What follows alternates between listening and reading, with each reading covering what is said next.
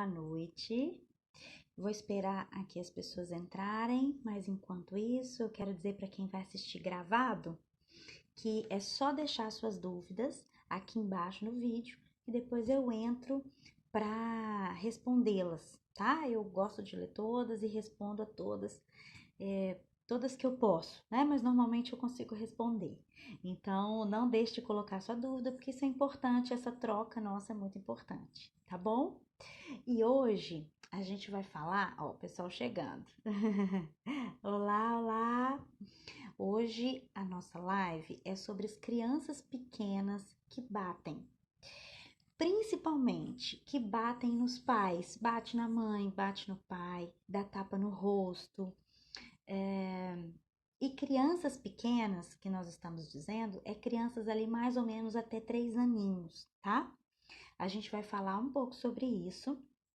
Eu recebi essa demanda de algumas mães hoje, dizendo que, principalmente quando a criança bate no rosto, tira do sério, não sabe o que fazer, e quando está muito cansada, acaba não sabendo mais ainda o que fazer, né?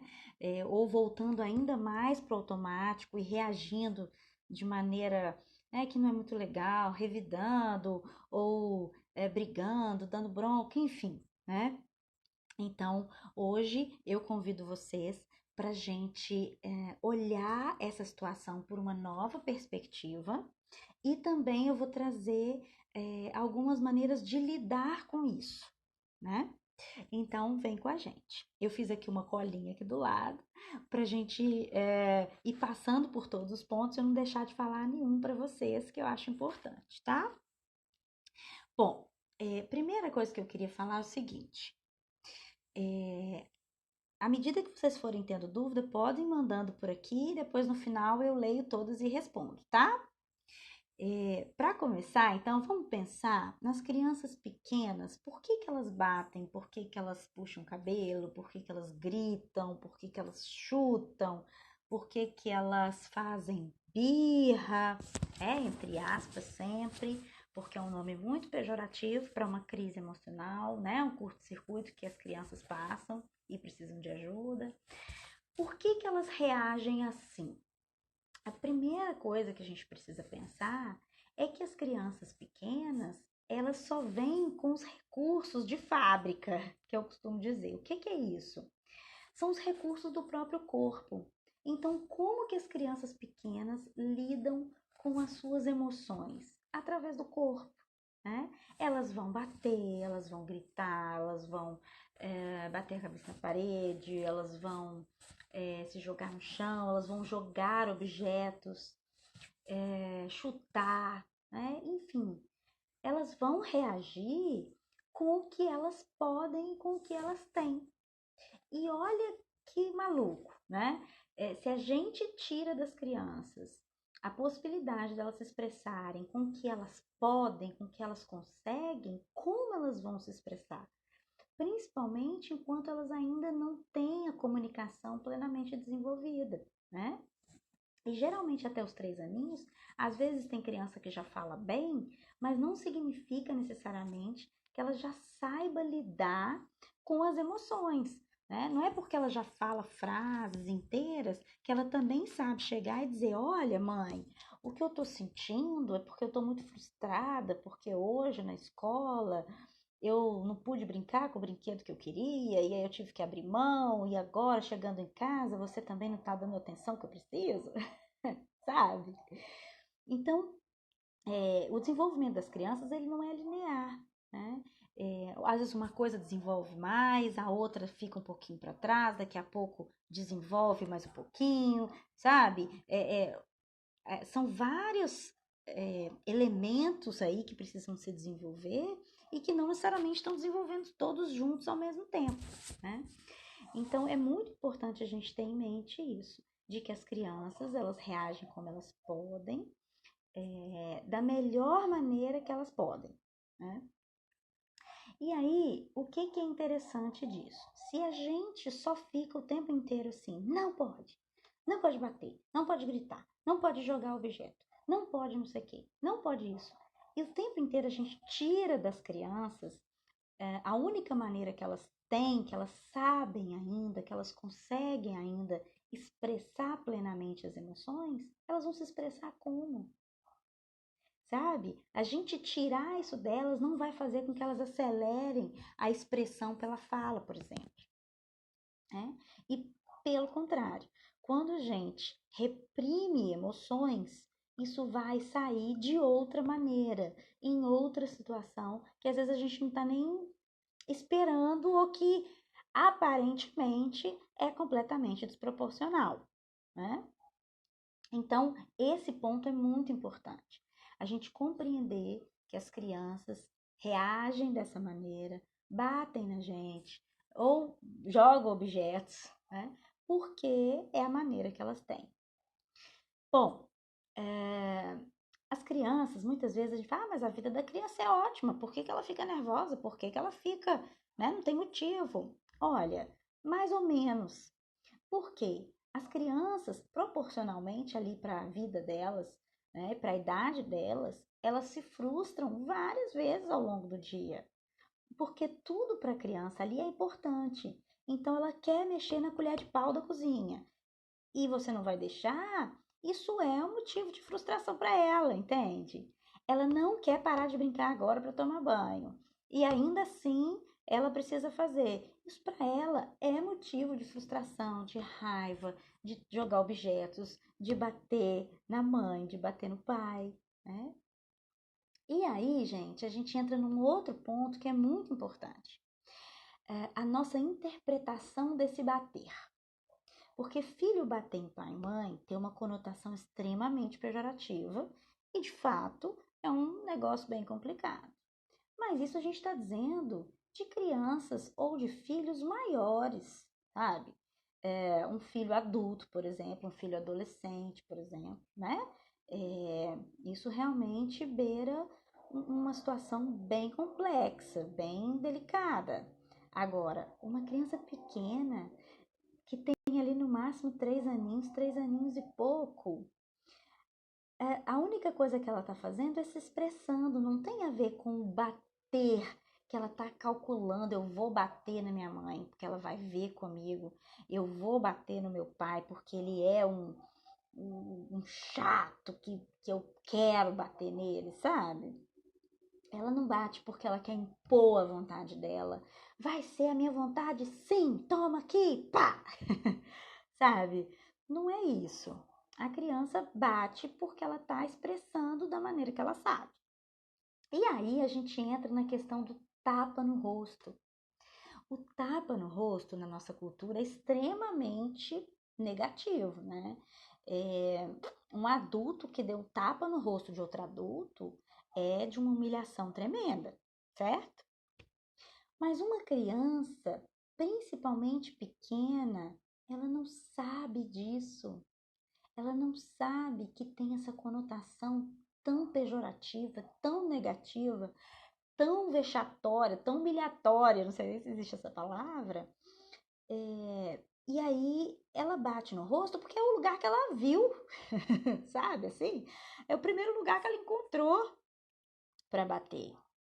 Às vezes, ela pode estar até experimentando as reações, porque as crianças elas estão experimentando o tempo inteiro, né? Elas podem, inclusive, estar experimentando ali a reação, porque às vezes ela percebeu que quando ela bate aqui, a reação é diferente de quando ela bate aqui.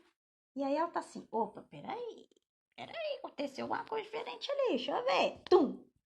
Ah! Tum! Ah, oi, filho, sabe? É, pode ser até nesse sentido da experimentação, mas de maneira nenhuma ela sabe ou ela entende o tapa na cara da mesma maneira que nós adultos entendemos. Então, quando a gente percebe isso, quando a gente compreende isso, que as crianças reagem porque faz parte da natureza delas e que o bater na cara não tem todo o teor negativo que um bater na cara de um adulto para outro adulto, ou até de um adulto para uma criança, né? A gente consegue levar isso menos a sério, no sentido assim, de eu preciso reagir porque isso é um absurdo. Eu preciso reagir porque se eu não reagir agora, ela vai bater na minha cara quando ela for adulta, quando ela for adolescente, sabe? A gente pode, nesse momento, perceber, ok, não foi legal ela me bateu no rosto, ela me bateu em qualquer outro lugar. Me sinto desrespeitada, mas eu consigo compreender que ela é um filhotinho ainda, que ela ainda tem um caminho longo para aprender o que é socialmente adequado e que nesse momento ela está só expressando a emoção que ela está sentindo. Percebem a diferença?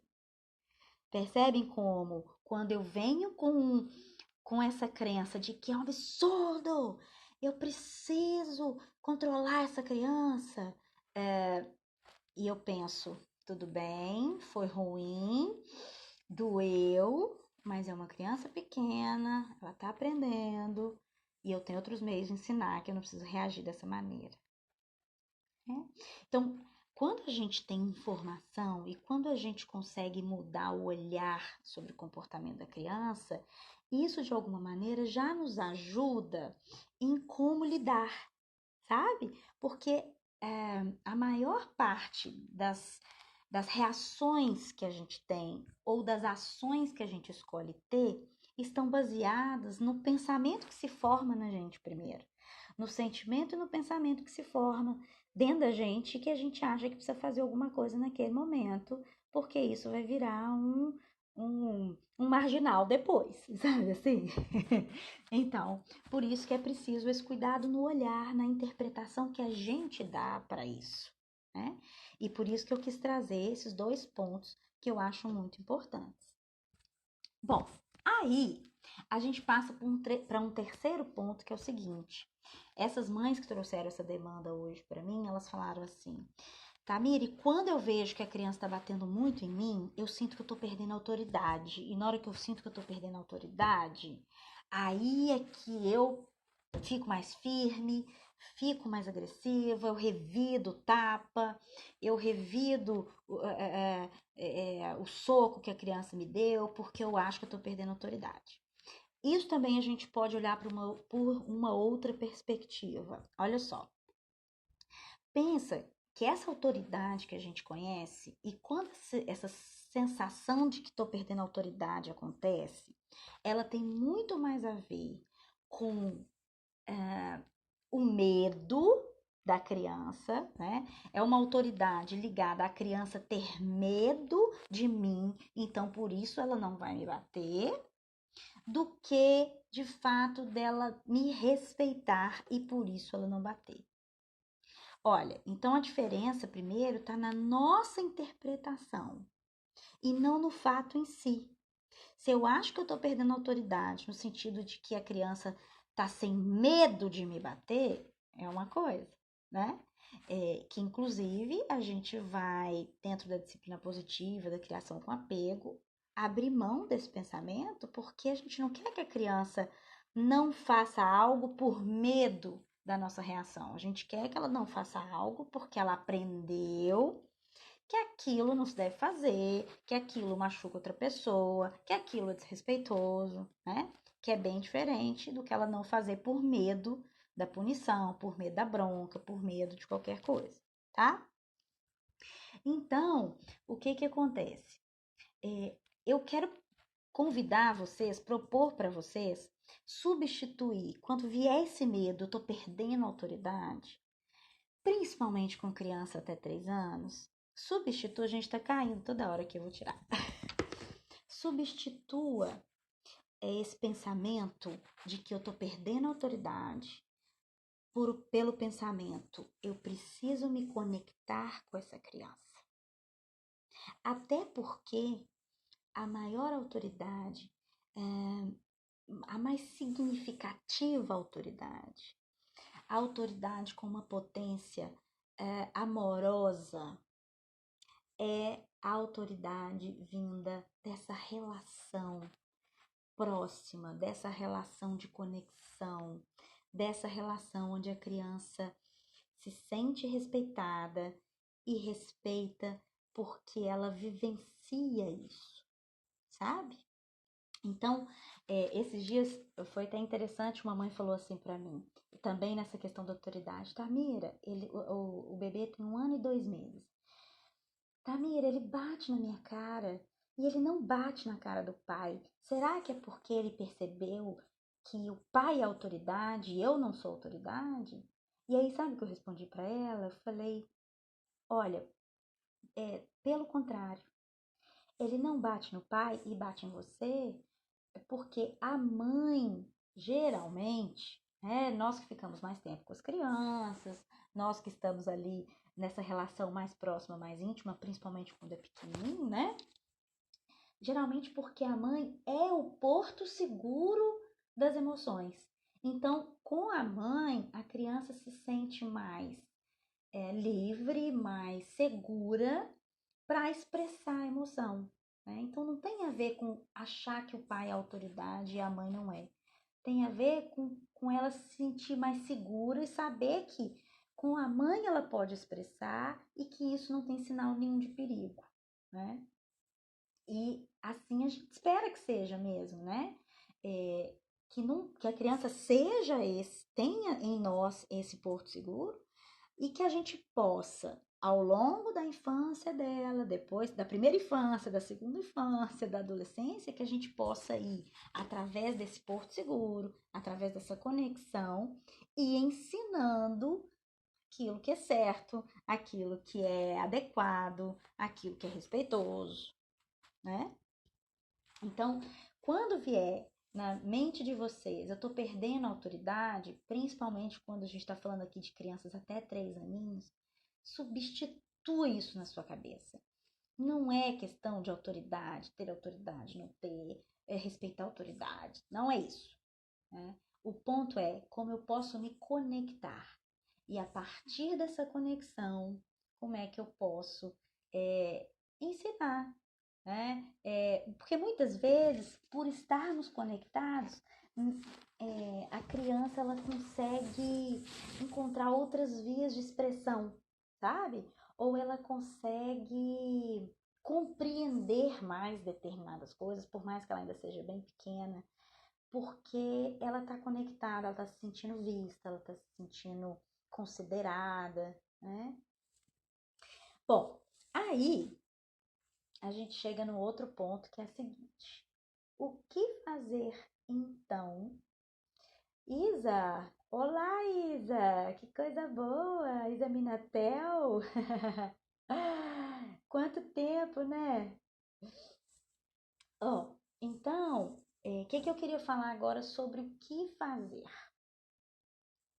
Primeira coisa, a gente observar a criança e observar o que faz com que ela reaja assim. Então, o que vem antes? O que vem antes dela bater? O que vem antes dela bater no nosso rosto?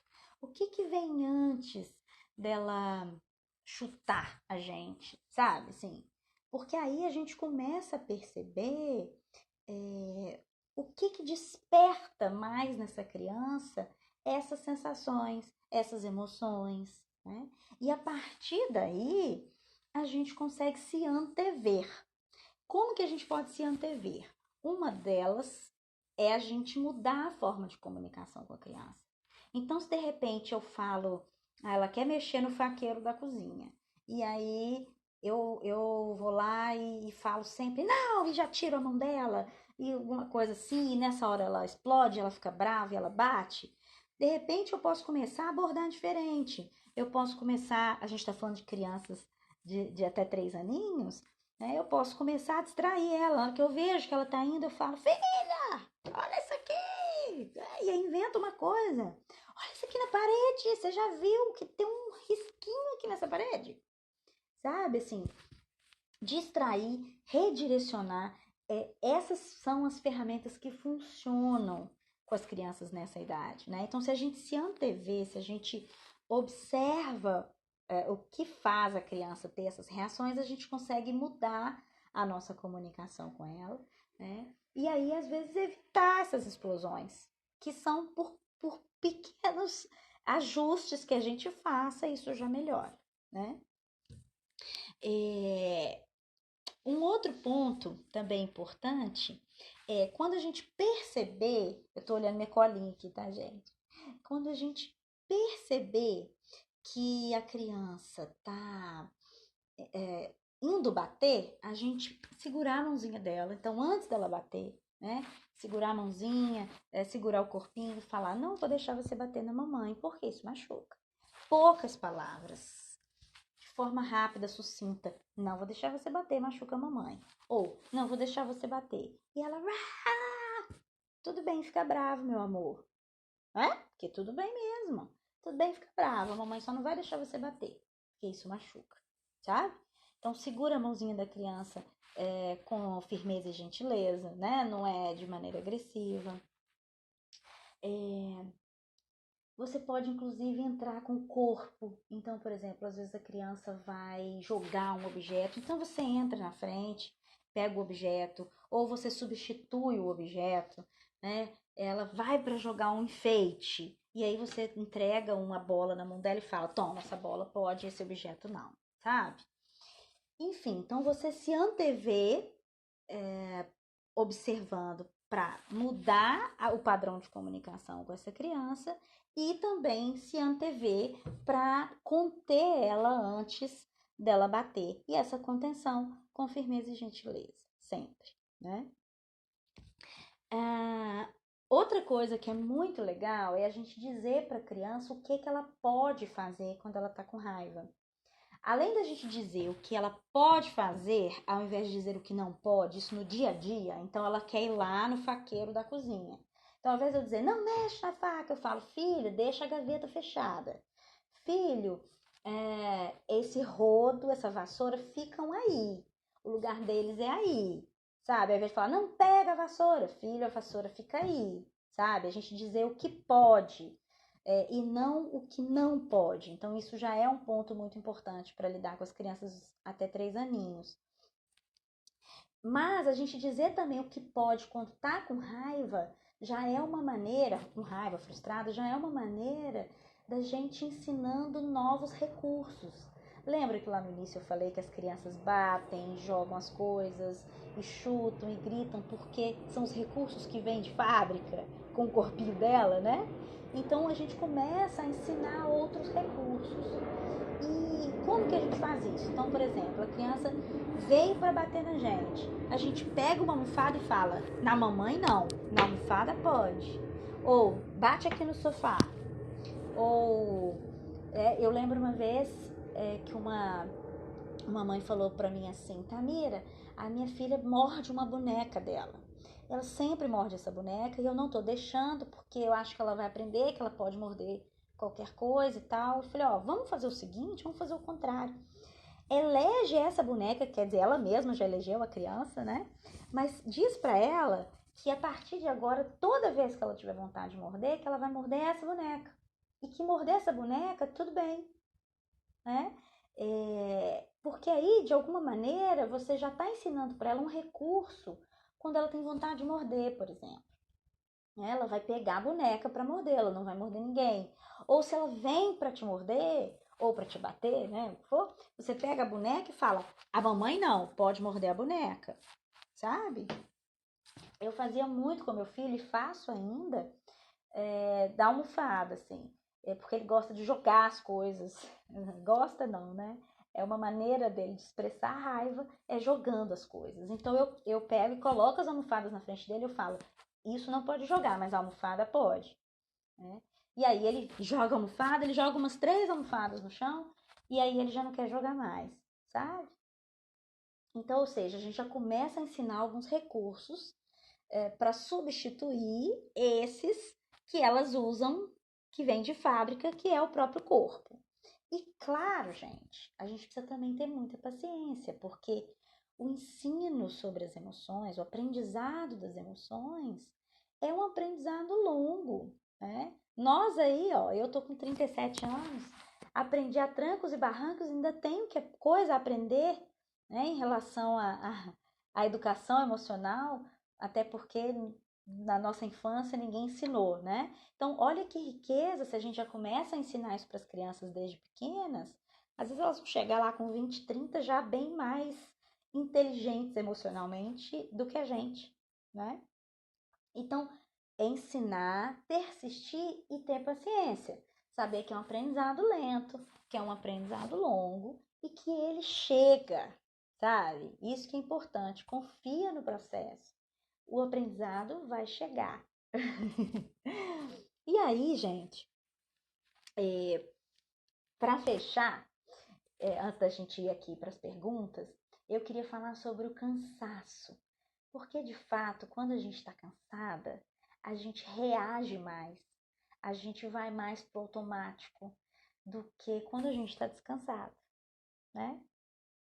E, de fato, quando a gente fica com a criança pequena em casa, principalmente passa o dia com ela, isso eu gosto de falar que o cansaço é inversamente proporcional à paciência, né? Então, quanto mais cansado, menos paciência. Quanto mais descansado, mais paciência a gente tem. E aí, o que que eu posso dizer sobre isso? Bom, primeiro, que a gente mudar o olhar já nos ajuda. Mesmo quando a gente cansada, ter um olhar diferente já nos possibilita estressar menos, reagir menos, né? E um outro ponto importante que eu queria trazer para vocês é o seguinte: se está muito cansada e percebeu que vai reagir, segura, não reage, não faz nada. E é interessante porque na educação tradicional a gente aprendeu que a gente precisa corrigir a criança na hora, senão ela não vai aprender, né? E eu gosto de dizer o seguinte, que isso é um mito, porque a melhor hora de corrigir a criança é na hora certa. E não na hora que aconteceu o comportamento, se na hora a gente não tá bem, tranquilo, calmo, pensando para corrigir, sabe? E nem a criança, porque às vezes a criança também está tomada pela emoção e ela também não vai aprender o que a gente quer ensinar. Então, eu já falei disso outras vezes, mas quero voltar a falar, né? De que se tá reagindo mal, se vai reagir mal, contém, sai de perto, muda de cômodo, não reage, espera, sabe? Espera acalmar, se acalma, espera a criança se acalmar também. Respira fundo, busca alguma alternativa para você se autorregular e quando você estiver calmo, novamente, você volta para a cena ou você retoma a conversa com a criança. Porque quando a gente está no nosso eixo, a gente consegue usar do afeto para o aprendizado, sabe? Consegue usar do respeito para o aprendizado, que é importantíssimo, né?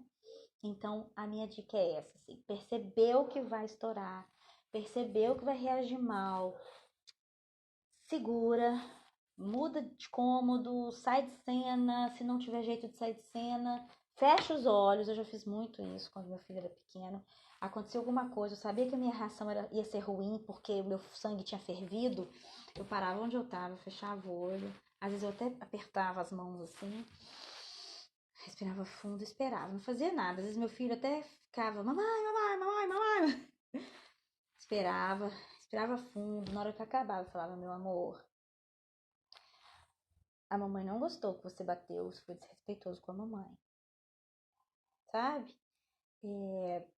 Quando você ficar com raiva, você pode bater na almofada, não na mamãe. Sabe?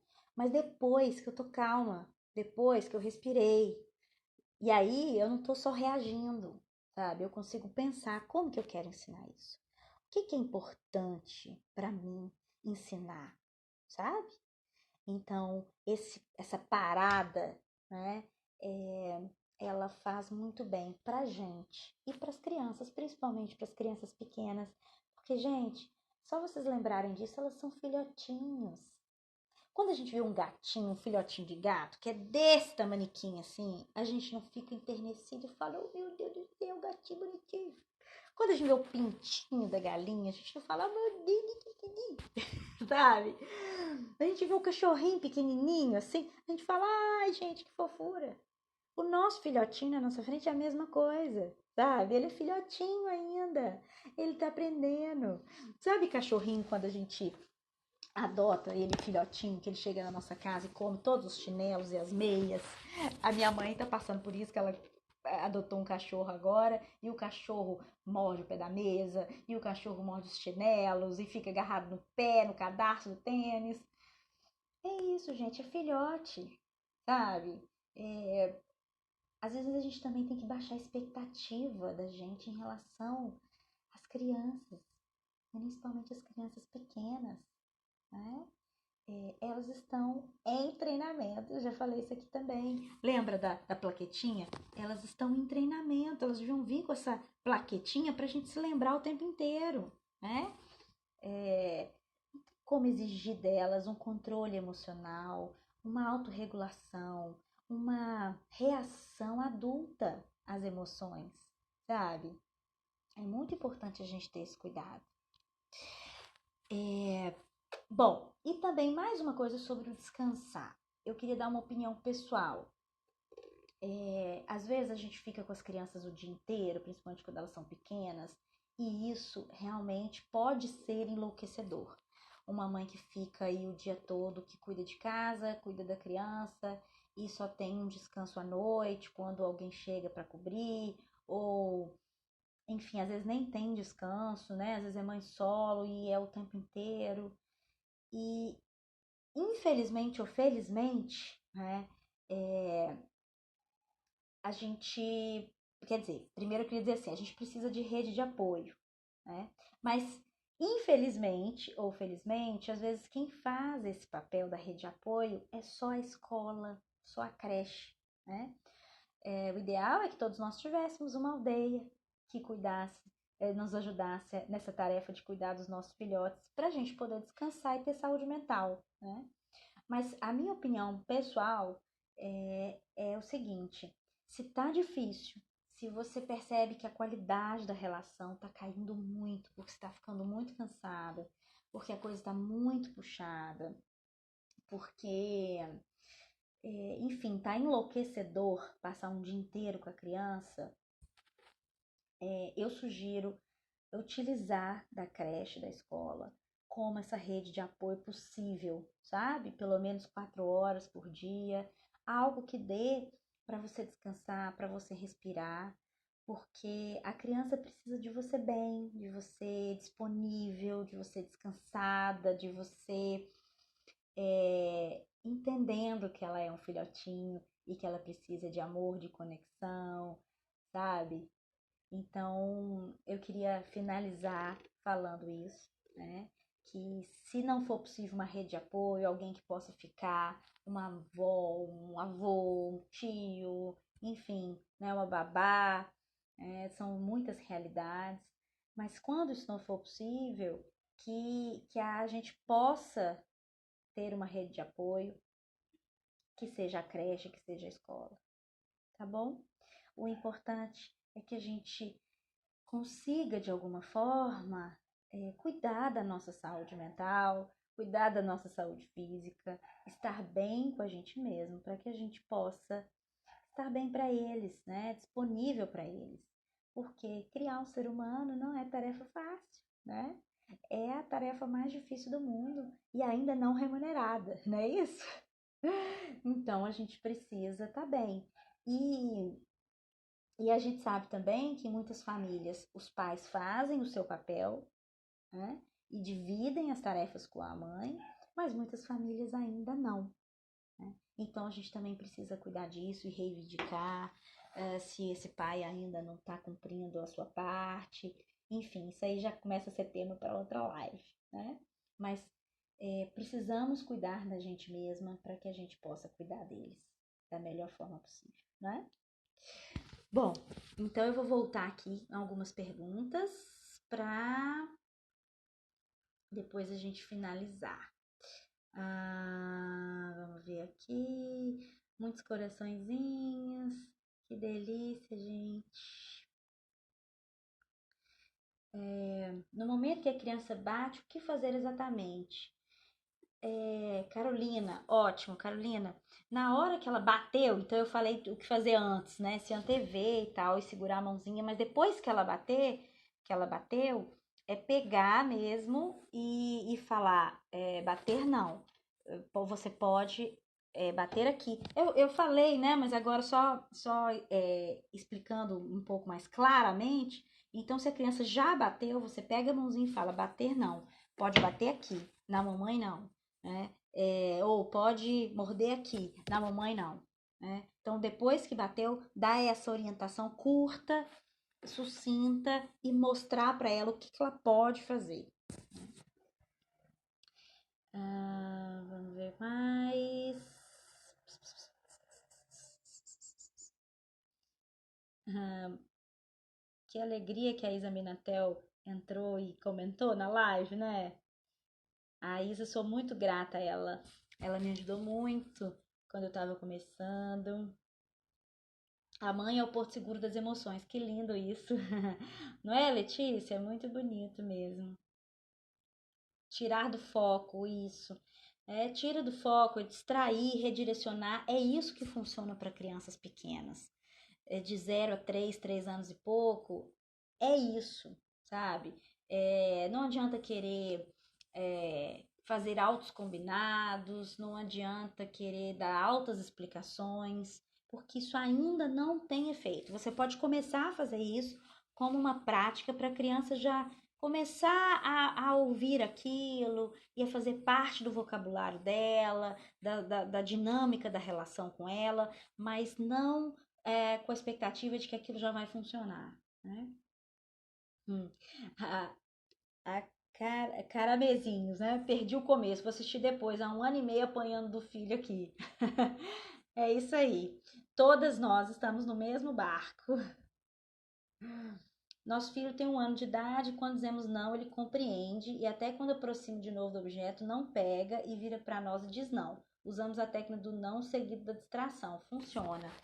Ok. O que a gente vai dizer em relação ao não? Que assim, não necessariamente ele está compreendendo o não. Ele pode estar só repetindo o não, né? E o que pode estar funcionando de fato é a distração.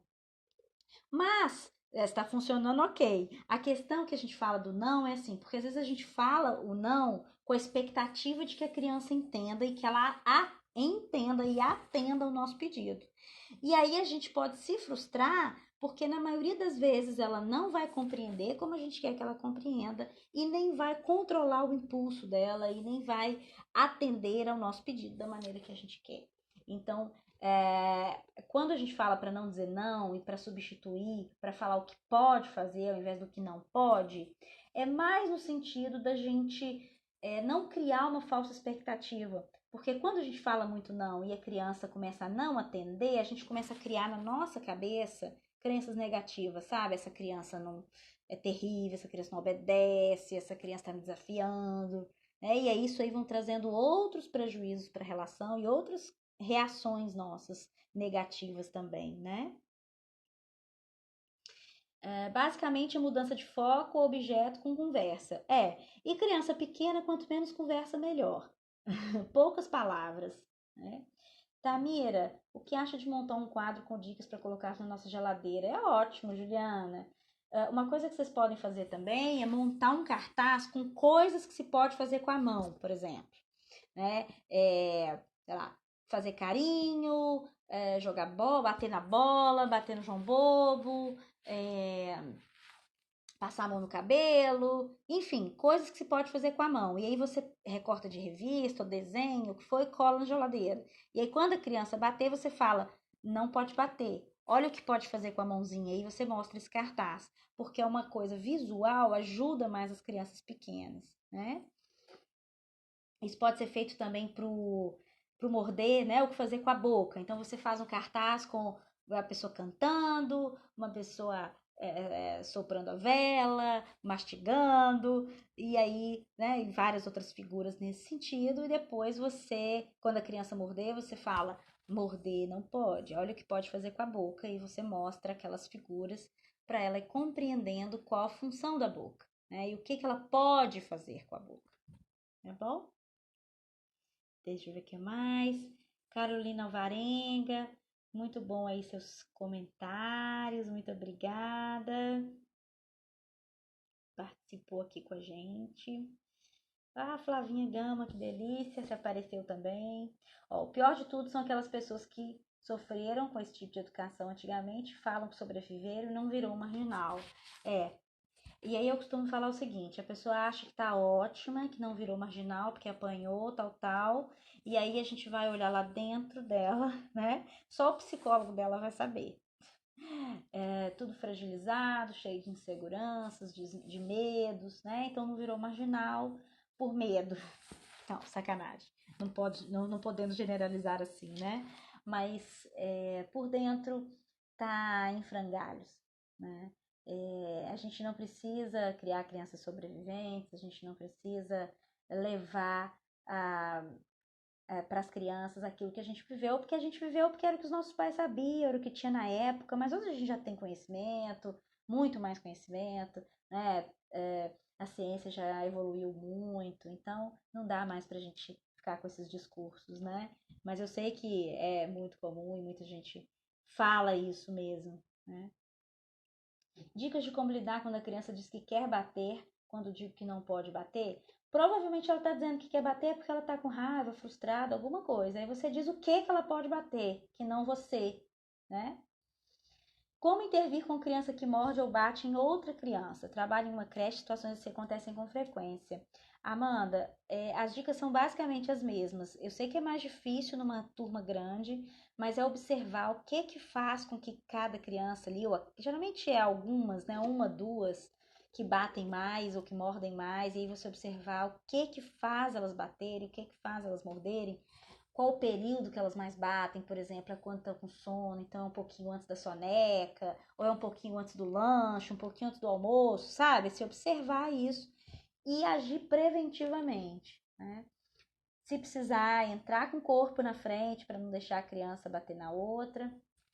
E depois você pode falar para ela, ela ainda não vai compreender, mas já é uma maneira de começar, você dizer, olha, o que que a gente pode fazer? O que que você pode fazer para o seu amigo se sentir melhor? Quer ir lá dar um beijo nele? Quer ir lá dar um abraço nele? Quer ir lá pedir desculpa para ele? Né? Já é uma maneira de ir abordando a criança também depois que ela bateu. Né? E dizer com frases curtas, bater machuca.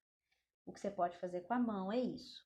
Por exemplo, na escola, que é mais difícil, né? Não vai ter uma almofada para bater e tal. Você pode bater palma, você pode pular, né? Você pode rugir como um leão, como um dinossauro. E aí ensina para a criança, né? O que ela fazer quando ela estiver com raiva. Eu tenho gêmeos, estão com 11 meses, estão começando a bater um no outro e puxar cabelo. É a mesma coisa, assim, essa observação, o que que desperta, qual o gatilho para eles. É, se for preciso, afastá-los fisicamente mesmo, né? Não como um castigo, cada um no quarto, não é isso, mas é como assim, olha, quando vocês estiverem prontos para brincar juntos novamente, vocês vão voltar por enquanto, então, você fica aqui, sabe? Assim, com firmeza e gentileza. Bom, acho que foram essas perguntas. Então, quem está assistindo, quem vai assistir gravado, né? A gravação pode fazer as perguntas aqui embaixo que eu respondo também, tá bom? E aí, como foi para vocês essa conversa? Comentem também, deixem depoimento aqui na página para eu saber. E também, se vocês quiserem dar sugestões para as próximas lives, deixem aqui comigo que a gente vai fazer mais live também a partir de agora, tá bom? Ó, um beijo, um beijo, beijo. Boa noite para vocês e até a próxima.